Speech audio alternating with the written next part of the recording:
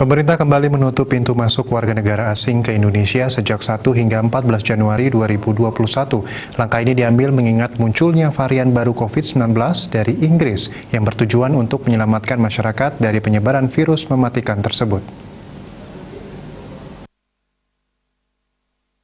Kembali melonjaknya kasus COVID-19 dan munculnya corona varian baru yang ditemukan di Inggris, Indonesia kembali menutup pintu masuk warga negara asing yang berlaku sejak 1 hingga 14 Januari 2021.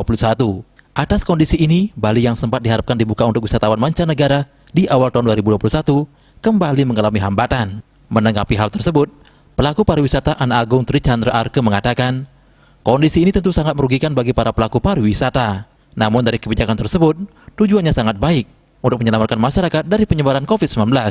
Di sisi lain, negara luar juga masih menutup warganya untuk berpergian, mengingat kasus COVID-19 terus meningkat. Ditutup ya karena memang kondisi alam ya. Jadi pasti gubernur sebagai pimpinan kita di daerah ini pasti sudah memikirkan hal-hal yang lebih mengutamakan keselamatan masyarakatnya. Ya kalau bagi kami sih sangat merugikan, tapi kan kita harus melihat yang lebih besar lagi.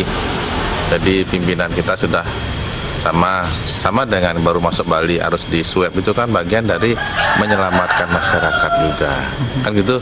Ini apapun kebijakan atau keputusan pimpinan pusat maupun daerah pasti sudah menimbang atau mengkaji hal-hal untuk kepentingan keselamatan masyarakatnya. Tanpa ditutup 2 minggu pun kondisi kita atau di dunia ini belum pulih masalahnya. Itu masalahnya. Pihaknya menambahkan, kedatangan vaksin merupakan kunci agar mampu melawan penyebaran virus corona. Oleh karenanya, pihaknya berharap agar Bali diutamakan dalam pemberian vaksin sehingga bisa segera memulihkan sektor pariwisata. Andika, Bali TV.